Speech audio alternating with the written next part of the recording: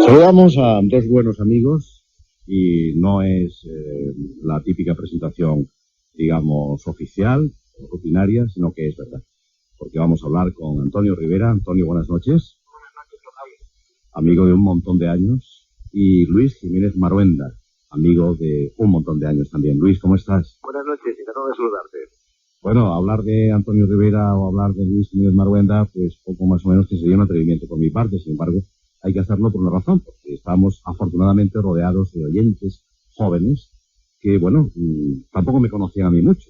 Antonio Rivera es uno de los pioneros, yo diría que es el padre de la ufología española, y Luis Jiménez Maruenda, bueno, pues es compañero de la radio, ha sido de todo locutor, guionista, director de programas. Ahora diriges una revista en Alicante, ¿no? Efectivamente. La Guía de Alicante, con un montón de misterio en sus páginas. Sí, dedico prácticamente la mitad de la revista al tema de misterio, parapsicología, ufología, etcétera, etcétera. Luis, tú tuviste también tu aventura guineana, ¿no? 20 años de aventura guineana, africana más, mejor dicho. Pero estuviste en Bata, ¿no? En Santa Isabel y fui director de Radio Santa Isabel y de Radio Bata. Ajá. Pero los 20 años la mayor parte fueron en Santa Isabel. Ahora Malabo, claro. Claro. Bueno, pues vamos a hablar de un buen rato. A Antonio le tendremos nada más hasta las 12:30, porque tenía un compromiso ya establecido, y entonces le vamos a respetar su compromiso. Esos compromisos que surgen espontáneamente, porque Antonio Rivera es un hombre muy requerido, afortunadamente. Tocayo, te llaman de todas partes, ¿eh? Has estado últimamente en Marsella, en ese congreso, donde surgió Luis. Tú sabías que había salido el libro este famoso de Humo en Francia, ¿no? Pero está en francés y para eso es Antonio, al que le mando un abrazo desde aquí. Gracias, hasta siempre, Antonio. Pues Antonio es el que mejor lo puede leer porque está escrito en francés y Antonio habla tantos idiomas. ¿Cómo? Que ya lo he leído y ya me he decepcionado. Sí. Porque es un libro decepcionante. Vaya, por Dios. Sí.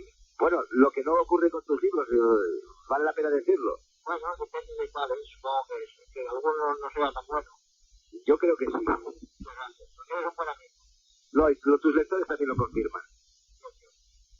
Y eso que Antonio ahora no tiene muchas ganas de escribir, al menos libros, pero yo lo lamento mucho porque echamos de menos libros tuyos en los escaparates. Es una cosa muy gorda el año pasado, y he quedado con las fuerzas muy menguadas. Ya no soy el Antonio Rivera de hace unos años, Ahora soy ya un señor ancianito jubilado y que solo quiere tomar el sol y que no le ganen demasiado. No es posible eso, Antonio. No es posible que tú te limites a tomar el sol. Te necesitamos todos, mucho. Bueno, pues precisamente porque me cuido, voy durando, ¿no? La verdad es que Antonio Rivera, lo digo para estos oyentes los más jóvenes de Onda Cero, Antonio Rivera ha sido no solamente el pionero de la ufología, sino también el pionero del submarinismo en España. Eso poca gente joven lo sabe, Antonio. Te sumergiste y a grandes profundidades, cosa que después pagó un poquito tu pierna. 30 años. Pasaba a 20 metros en el mar a pulmonidos, sin una pasada aparato. Y hay que decir también que me parece que ha sido traductor de Cousteau. Traductor de toda la obra de Cousteau en castellano. Además, dirigí la enciclopedia Cousteau, que se publicaba hace 2 años, y ahora se ha reeditado. Además, soy amigo personal del comandante, al que quiero y aprecio mucho, y que, por cierto, se ha vuelto a casar hace poco. Hombre. No sabía. 3 años, 10 años más que yo. Sí. Se ha casado con una azafata de los fans que solo tiene 38. Pero bueno, como Papandreou y estas cosas. Esto va prosperando. Hemos de decir que Luis Jiménez Maruenda, compañero querido de la radio, ha escrito, yo creo que para la radio, ¿no? 1200 guiones de misterio. Sí, alrededor de 1200. No los he llegado a contar nunca, pero aquí tengo un montón de cajones de guiones que han sido escritos y publicados, claro. ¿Qué? En la radio. Claro. Supongo que habéis oído o habéis leído este artículo en la revista Más allá de la Ciencia, me parece que firmado por Javier Sierra, donde se decía ya claramente y por escrito, las cosas escritas quedan, que el inventor del fenómeno Humo, del hacer humo, había sido José Luis Jordán Peña. Esto, en principio, a mí me hizo sonreír. Bueno, he visto la insistencia de todo nuestro mundillo, una vez y otra, que ha sido un invento de Rivera, que ya Fernando Sesma, antes de morir, contó que todo era mentira, que también él había colaborado en ese invento, y yo me quedé muy decepcionado. He de decir que Antonio Rivera, que hablé con Rafael Farriols, y Rafael me dijo que, bueno, que en principio su postura oficial es estar de acuerdo con las declaraciones de José Luis Jordán Peña. Que en principio, oficialmente, su postura está de acuerdo, ha sido un invento. Solo en principio. Es una verdadera cortina de humo, yo creo, y nunca mejor dicho de humo, una cortina de humo, que para mí no resuelve nada ni explica nada. El hecho de que este señor se atribuya la paternidad de la culpabilidad de los informes, a mí me deja frío. Porque tú sabes mejor que nadie, pues lo has leído, que hay una diversidad enorme de temas en los informes de humo. Se pasa de la biología a la genética, a la astrofísica, a la cibernética, en fin. Y se requiere una cantidad de conocimientos que todo y que yo aprecio la cultura que pueda poder Jordán, no creo que una sola persona pueda tenerlos. Más bien parece una labor de equipo. Lo que yo sí creo, sinceramente, es que Jordán ha actuado, quizá desde el primer día, como agente de ellos. Por ejemplo, puede ser el autor de los dibujos. Los dibujos tienen un sello muy característico que corresponde con lo que hace Jordán en el terreno pictórico. Yo he visto obras de dibujos hechos por Jordán, son completamente del estilo de los dibujos summitas. Eso sí lleva a admitirlo. Y ha colaborado pues con muchas cosas, quizá proporcionando mecanógrafos, facilitando envíos por correo, cosas así, pero autor de los informes lo dudo mucho. ¿Qué opina Luis? Pues apunto la opinión de Antonio, pero es que además puedo aportar algunos datos. No es que yo tenga más datos que Antonio. Quiero advertir a tus oyentes, Antonio Rosales, quiero advertirles que Antonio es la primera figura en el tema de ufología y posiblemente también en el tema de humo. Sus libros hablan por sí mismos. Pero quiero decirles también a los oyentes que tú, Antonio, estuviste también en el congreso que organizamos aquí hace unos años sobre el tema humo. Y eres uno de los grandes expertos porque tu actuación, tu intervención fue brillantísima. Yo sé que tu profesionalidad te impide decirlo, pero déjame que lo diga yo. Fue brillantísima y te enteraste y supiste muchas cosas del tema humo. Por tanto, tú tienes también la autoridad para hablar del tema. ¿Te refieres a mí? A ti, Antonio Alex. Sí. Bueno, yo recuerdo una escena que yo creo que estuvimos juntos en la radio aquella noche. Hice el programa en Alicante. Sí. Y a la vuelta del programa, cuando volvimos al hotel, justamente Rafael Farriols estaba en uno de los salones del hotel, rodeado de jóvenes, y estaba allí Antonio Rivera, y pedía como impartiendo doctrina. O sea, el convencimiento de Rafael Farriols no era del hombre. Rafael Farriols, digamos que no es un iluminado, es un hombre, creo que dirige industrias y que es un hombre muy pragmático, ingeniero y un hombre muy práctico. Claro, sí. Quiero decir que el nivel de convencimiento de Rafael Farriols, al menos en aquel congreso de Alicante, a mí no me dejaba muchas dudas de que aquello estábamos ante algo ciertamente importante. Bueno, si me permites, yo voy a hacer una advertencia. Estoy de acuerdo con que la postura oficial debe ser la de Rafael Farriols. No me cabe duda. Si José Luis Jordán Peña dice eso, pues bien, de acuerdo. Pero como muy bien ha advertido Antonio Rivera, es imposible que una sola persona pueda emitir el caudal inmenso de información que se ha recibido de humo. Y los que hemos vivido ciertas experiencias con el tema humo, pues naturalmente no podemos pasar por ahí. Pero quien se lo dice, pues puede que sea un montaje, de acuerdo, pero él solo no, eso es imposible. Pero mira, yo creo que puede ser una consigna dada por los propios humitas de camuflar su presencia o de desviar la atención hacia Jordán, porque estas tácticas las han empleado en muchas ocasiones. Sí, es muy posible, sí. Es el famoso lema de no nos crean. Es decir, conmigo sé que han llegado a estar muy molestos porque he hablado demasiado de ellos. He publicado demasiados libros y he hecho demasiados comentarios, y esto a ellos no les gusta. Es curioso, pero es cierto eso, Por paradójico que parezca, confirma la realidad de lo que ellos dicen. Porque los falsos profetas quieren publicidad. Queridos amigos de Medianoche, no crean ustedes que estamos haciendo el programa mal, no. Estamos hablando primero de digamos, la última movida humita, que es desautorizar todo lo que se ha hecho hasta ahora. Pero después, a partir de las 12:30, nos entretendremos con Luis Jiménez Maruenda, nos entretendremos en retomar poco a poco la historia de este asunto, para que ustedes lo conozcan, sobre todo las personas jóvenes que se apuntan ahora a estas cuestiones, lo conozcan ustedes con todo detalle. Antonio Rivera, que te pedíamos un instante. Sí, adelante. Como tengo que retirarme a las 12:30, hay un par de cosas que quisiera decir antes de eclipsarme.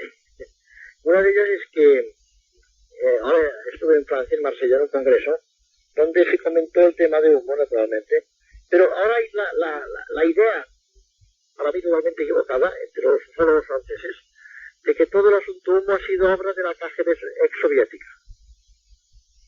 Claro, esto ha dado lugar a un libro de Reinhold Márek, jovencito, que en la foto parece una mujer, yo no conozco de fotos solo, Márek, a lo mejor le faltan las últimas letras, podría ser muy bien. Y en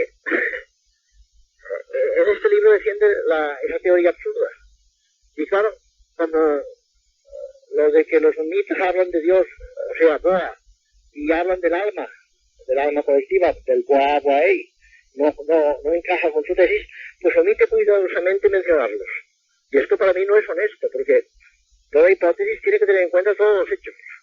No solamente se pueden escoger los hechos que van a favor de tu hipótesis, ocultando los demás, no, eso invalida totalmente esa tesis. Y la segunda cosa que quería decir, y esto lo considero muy importante, es que hace unos años el hijo de la famosa señora Puig, esa señora barcelonesa, una gran dama barcelonesa que organizaba tertulias en su casa, Eusebio Puig Conde, el hijo, me invitó a almorzar en el castillo de Montjuïc, en el restaurante que hay allí, y dijo, te voy a presentar a un alto jefe de la Interpol, y tú mira eso en sacarle, con mano izquierda. Y me presentó efectivamente a un alto jefe, que era alto por todos los conceptos, porque era un alemanote de por lo menos 1,90 m, una especie de Helmut Kohl, corpulento, era un alemán. Y yo, sí, pues sacando. Y le dije, ¿usted sabe algo sobre los caballeros que viajan por todo el mundo con pasaportes daneses, suecos y noruegos, y que son tipo nórdicos? Y él me mira muy sorprendido y dice, pero ¿usted sabe, cómo sabe esto? No, yo me hice el loco. Dice, no, yo lo sé nada, en fin, son rumores que me han llegado.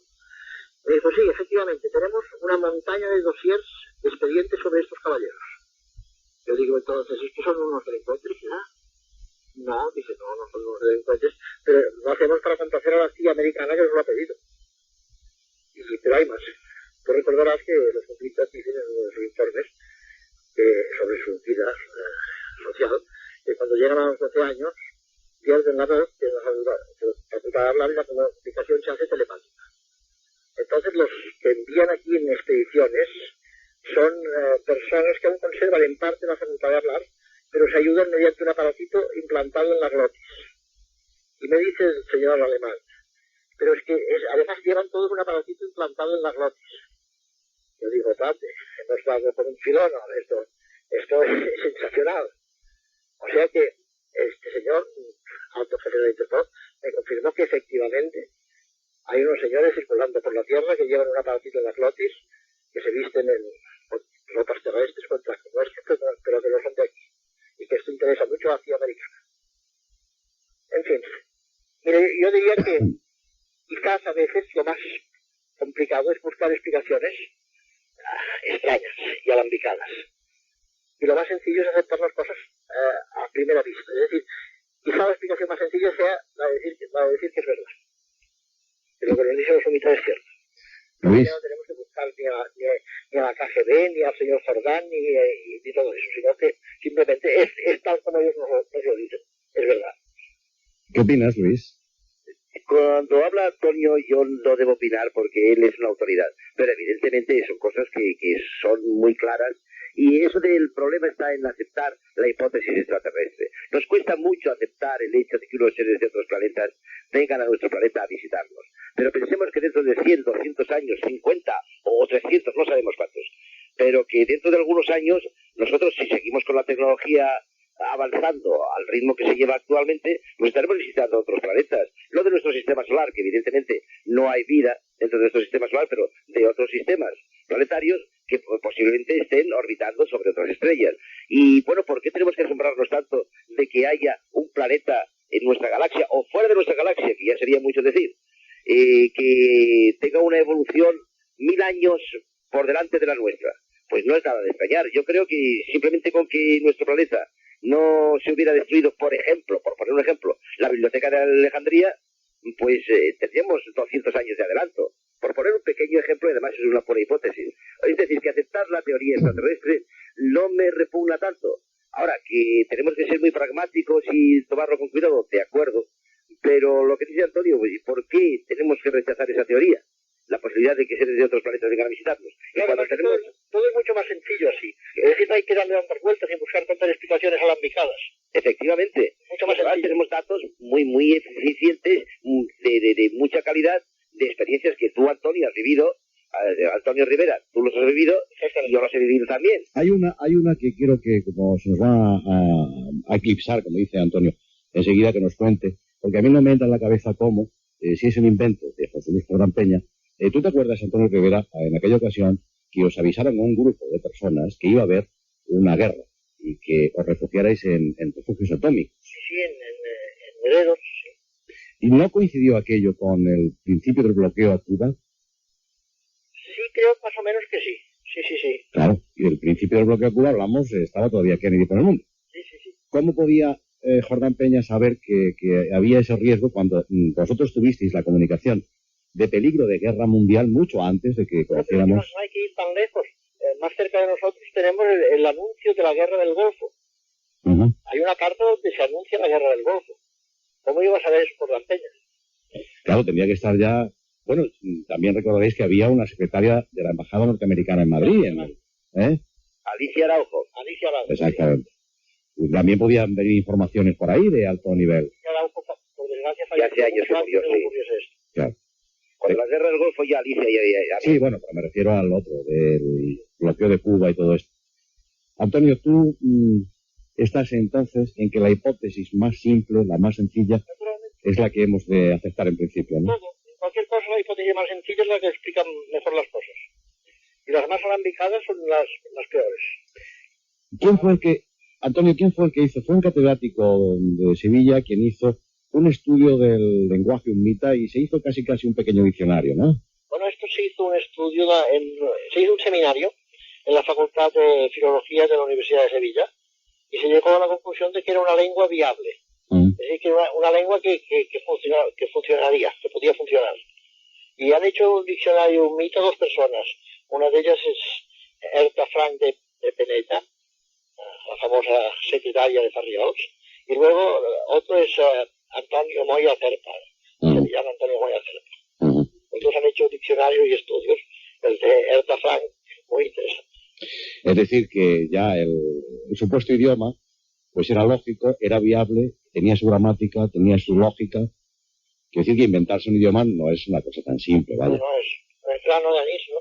Claro, la cosa es bastante más complicada. Bueno, pues ahí tienen ustedes lo que decía antes, Antonio Rivera, el padre, o uno de los patriarcas, diría mejor, de la ufología en España, y desde luego una alta autoridad en la cuestión humo. Su opinión es que lo más sencillo es quedarnos con la idea de que puede ser cierto. A fuerza de pecar de ingenuo, Ya sé que los ufólogos jóvenes me van a decir que soy un ingenuo, pero prefiero ser un ingenuo que un mal pensado. Es lo que son la mayoría de ellos. Antonio Rivera, muchas gracias. Te dejamos que cumplas con tu compromiso. Un abrazo para ustedes. Muchas gracias.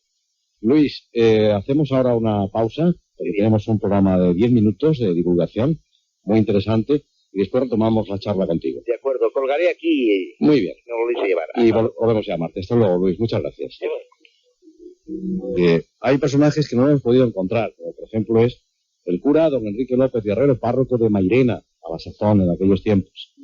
Y otros personajes, como es el caso de Rafael Farriols, que ha entendido que no debía de opinar esta noche, puesto que estaba de acuerdo, más o menos, con la tesis de que había sido un invento de José Luis Jordán Peña. Pero después, de la mano amigable y siempre con sabiduría de Luis Jiménez Maruenda, reconstruiremos la historia humita, cuándo empieza y todos los detalles para que ustedes más o menos, sobre todo la gente joven que no lo conoce, comprendan que durante un montón de años hemos estado creyendo algo, pero siempre a la par, desconfiando. (0:45), 1 hora menos en Canarias, y volvemos a retomar la comunicación con mi querido amigo Luis Jiménez Maruenda. Luis, gracias por la espera. Bien, mucho gusto. Oye, disculpamos a Antonio porque tenía ese compromiso, pero vamos a hacer un poquito de historia, ¿te parece, Luis? Pues ya adelante, sí. Aunque creo que tú estás capacitado para hacer historia igual o mejor que yo, ¿eh? Bueno, yo lo que voy anotando por ahí, pero mis experiencias no han sido más que contar estas cosas, también las tuyas, pero tú sí recibiste comunicaciones de mitas, ¿no? Sí, yo he recibido bastante, sí. No, he tenido además la suerte de que aquí en este mismo teléfono, bueno, en este mismo despacho, aquí mismo donde estoy sentado, tuve la oportunidad de hablar con un señor presuntamente humita, y hablé 3 o 4 veces. Pero una de las veces la conversación duró, creo que fue 1 hora y cuarto. 1 hora y cuarto. Sí. Previamente él me había llamado diciendo, voy a contar la pequeña anécdota esta, si te parece. Sí, claro. Yo estaba en mi casa una tarde a las 3 y pico, y a esa hora es la hora en que los españoles solemos hacer yoga español, esa cabecita que se da delante de la tele, que sirve para eso muy bien. Pues en el momento en que estaba quedándome medio dormido esos 10 o 15 minutos, sonó el teléfono y me dijo una voz con todo el acento como ha dicho Rivera, con las dificultades de hablar, que era de humo. Y entonces me quedé, claro, nervioso, la excitación propia de un contacto de este tipo, sea quien sea, pero es un contacto realmente extraordinario por el caudal de información que nos han aportado y la cantidad de cosas, por lo menos buenas, que a mí me han aportado, de maravillosas. Entonces, en el momento en que me llamó, yo estaba un poco indeciso, no sabía qué decirle. Me dijo, mire usted, lleve cuidado porque hay muchas cartas falsas. Puede usted recibir alguna, y evidentemente se había recibido una carta falsa y alguna comunicación falsa, pero los habíamos detectado enseguida. Entonces él me dijo, para demostrarle que yo realmente soy humilde, hágame preguntas. Pero debo reconocer con toda humildad que a mí no se me ocurrió ninguna pregunta inteligente. Quizá porque yo no sea inteligente, o quizá porque estaba medio dormido. El caso es que el hombre, al ver que yo no le contestaba, no le hacía preguntas inteligentes, pues me dijo, volveré a llamarle en otra oportunidad, pero prepárese las preguntas. Bien, otro día me llamó y yo ya tenía preparadas un plantel de preguntas de todo tipo, pero no solamente hechas por mí. Yo le pedí a Fernando, a Jiménez del Oso, a Benítez, a Domínguez, al propio Jordán, que me hicieran preguntas, me prepararan preguntas, y las que habían llegado ya aquí, a mi despacho yo las tenía ya preparadas, y entonces hice preguntas, como decía hace un rato Antonio Rivera, de toda índole, de parapsicología, de genética, de astronomía, de cualquier tema. Cada cual en su especialidad había hecho sus preguntas. Y la verdad es que me contestaba esa persona con una documentación extraordinaria y con una sapiencia que, vamos, tendría que ser una persona de una inteligencia fuera de lo común, de una cultura increíble, y tener detrás suyo para aportar datos a toda la biblioteca británica, por decir una cosa. Y esto a mí me pareció bastante contundente y una demostración bastante clara de que no era gente normal.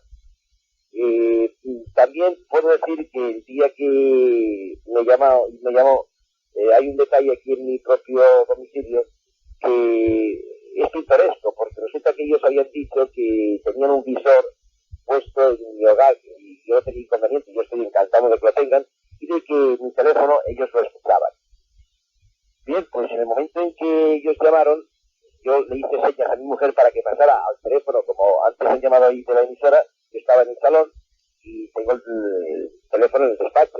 Le hice señas a mi mujer para que se pasara al despacho, sin decirle nada, con señas. Tú sabes, Antonio, que entre los profesionales de la radio, el manejar un magnetófono portátil se hace con una mano solamente. Y le hice una seña, mi mujer también es locutora de radio, hice seña de que grabase, pero por señas solamente. Y en el momento en que mi mujer estaba saliendo del salón para irse al despacho a tomar el otro teléfono y grabar la conversación, él me dijo, por favor, dígale a su esposa que tenga la bondad de no grabar nuestra conversación.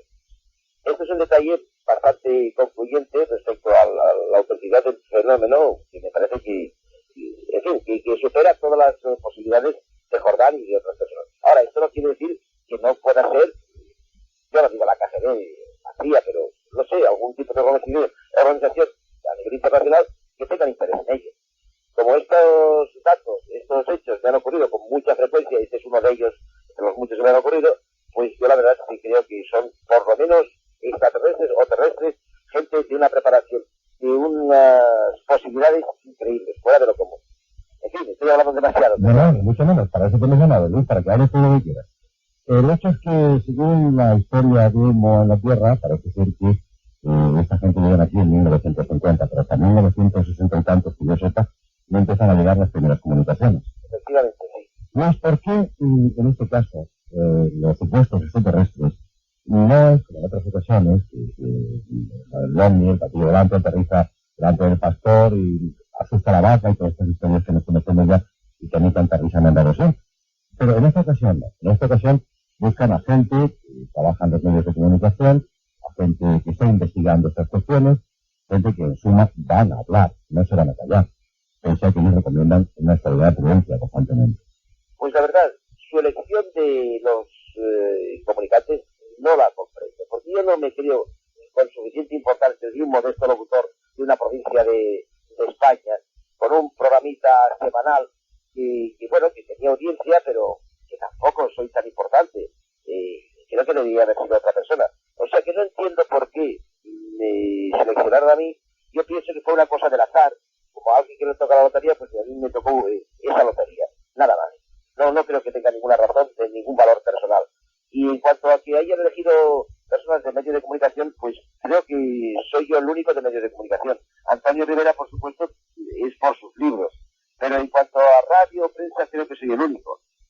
Así que no sé los motivos ni puedo dar respuesta a esto, porque, insisto, no me considero suficientemente importante como para haber sido elegido por ellos.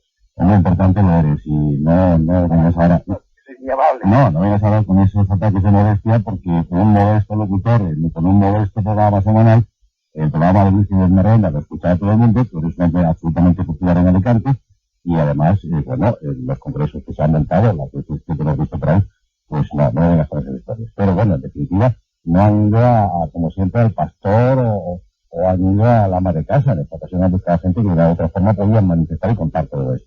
Jordán Peña no trabajaba en medios de comunicación, pero los tenía a su disposición. Sí, efectivamente. Claro, y a mí me extraña mucho que Jordán Peña, ahora que por sus problemas de enfermedad no puede hablar, pues cuando dice que todo esto no es mentira. Y Serna, unas horas antes de morirse, pues dijo, bueno, todo lo que contaba era mentira. Bueno, era mentira, pero ahí está su libro, ahí está metido de Antonio Rivera, detalles, un idioma, cantidad de informes cargados de tecnología. Yo no sé, no es que me dé ninguna distribución, no produzca ninguna distribución, me da igual. Pero yo creo que aquí tiene que haber algo más. Yo creo que una de las cosas que tú has dicho, Luis, puede ser perfectamente, como para arrancar ahí con un estudio, puede ser perfectamente digno de analizarse. La guerra de los mundos que puso en escena radiofónicamente Orson Welles, yo no me creo que aquello fuera una simple broma de Orson Welles. Yo creo que hay una agencia detrás.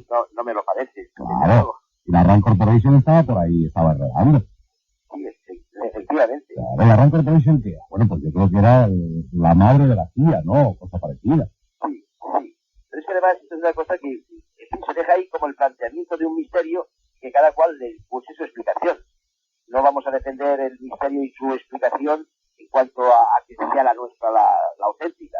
Puede haber otra explicación y algún día lo averiguaremos. Lo que sí sé es que Jordán estuvo aquí este verano, como todos los veranos alicantino, y estuvimos juntos, estuvimos rodando para mi programa de televisión, estuvimos rodando con José María Pilón, y él no quiso rodar porque, lógicamente, ahora tiene dificultades en el habla. Pero yo intuí que él no quería hablar de este tema porque se veía un poco comprometido. Yo lo comprendo que estuviera comprometido porque tú conoces, Antonio, la verborrea que tiene Jordán, la fluidez de palabra tan extraordinaria que ha tenido siempre, y que ahora, al verse limitado por sus dificultades, la enfermedad que tuvo, pues el hombre no puede dar todas las explicaciones de vida. Sigue manteniéndose la cosa como un misterio, y tú decías muy bien en aquel momento que Fernando Serra también puso su punto negro en el tema. O sea que no sé a qué carta quedar. El tema de Humo sigue siendo algo extraño.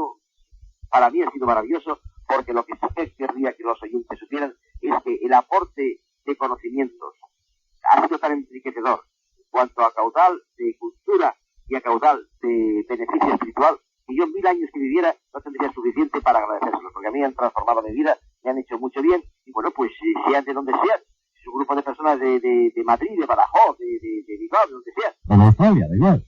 De donde sean. Pues bien, muchas gracias porque me han aportado algo maravilloso en mi vida. Luis, ¿te acuerdas de don Enrique López Guerrero? Hombre, claro. Que este cura de mente... Sí. También estuvo en el Congreso de Alicante, ¿no? Que estuvo también en el Congreso de Alicante, ¿te acuerdas? Sí, claro que estuvo, sí. Tengo contactos con él. Somos buenos amigos. Yo tengo ganas de hablar con estos chicos. No he podido hablar con él. Ya a ver si otra vez podemos conseguir... Pues llamándole a Mairena de Valcor. Bueno, pues... como tú has dicho muy bien, es un gran mente y defensor del tema, además de su teología extraterrestre. Pero no sé ahora en qué postura estará. Pues habrá que pulsarle también a él, a ver qué opina de todo esto. Sí, es cierto. Luis, muchas gracias por haber estado esta noche con nosotros. Gracias a ti por llamarte. Te llamaremos muy de vez en cuando, ¿eh? Pues encantado. Buenas noches, Antonio, y un saludo a todos tus oyentes. Hasta siempre, buenas noches. Les decía los otros días, cuando planteábamos el tema humo, que la historia, según nos cuentan, comienza así. Un barco noruego, entre el 5 y el 7 de febrero de 1934, hacía experimentos sobre la utilización de elevadas frecuencias de telecomunicaciones por reflexión en la ionosfera. Emitían señales en 413.44 megaciclos. Esto hacía un barco noruego en la Tierra. Se estaba haciendo experimentos de radio. Y esta señal fue captada por los suministros. Y llegaron en 1950 a la Tierra. Es decir, que tardaron 16 años en llegar desde su estrella hasta nosotros. Un misterio que continúa, un misterio que tiene ya más de 30 años. Es un invento de José Luis Jordán Peña, a quien por otra parte aprecio mucho. No vayan a pensar que críticas hacia José Luis, ni mucho menos. Es un invento de José Luis Jordán Peña y de otras personas. Es un invento de la Rand Corporation para saber cómo reaccionaría una civilización postindustrial ante la llegada de los extraterrestres. ¿Qué es esto de humo? ¿Lo sabremos alguna vez? Nosotros, como meros informadores de estas cuestiones absolutamente marginales, a mí me encanta estar en la marginalidad. En estos momentos me dedicaría a tener que hablar de política o algo de esto. Me encanta estar en esta marginalidad cultural. Quiero decirles que continuaremos en la brecha, escuchando todos los rumores, para después contárselos a ustedes. En definitiva, nada más que eso, fue un rumor perfectamente engordado por unos cuantos seres inteligentes. No lo sabemos, pero como ha dicho Luis Jiménez Marrenda, tal vez algún día lo sepamos.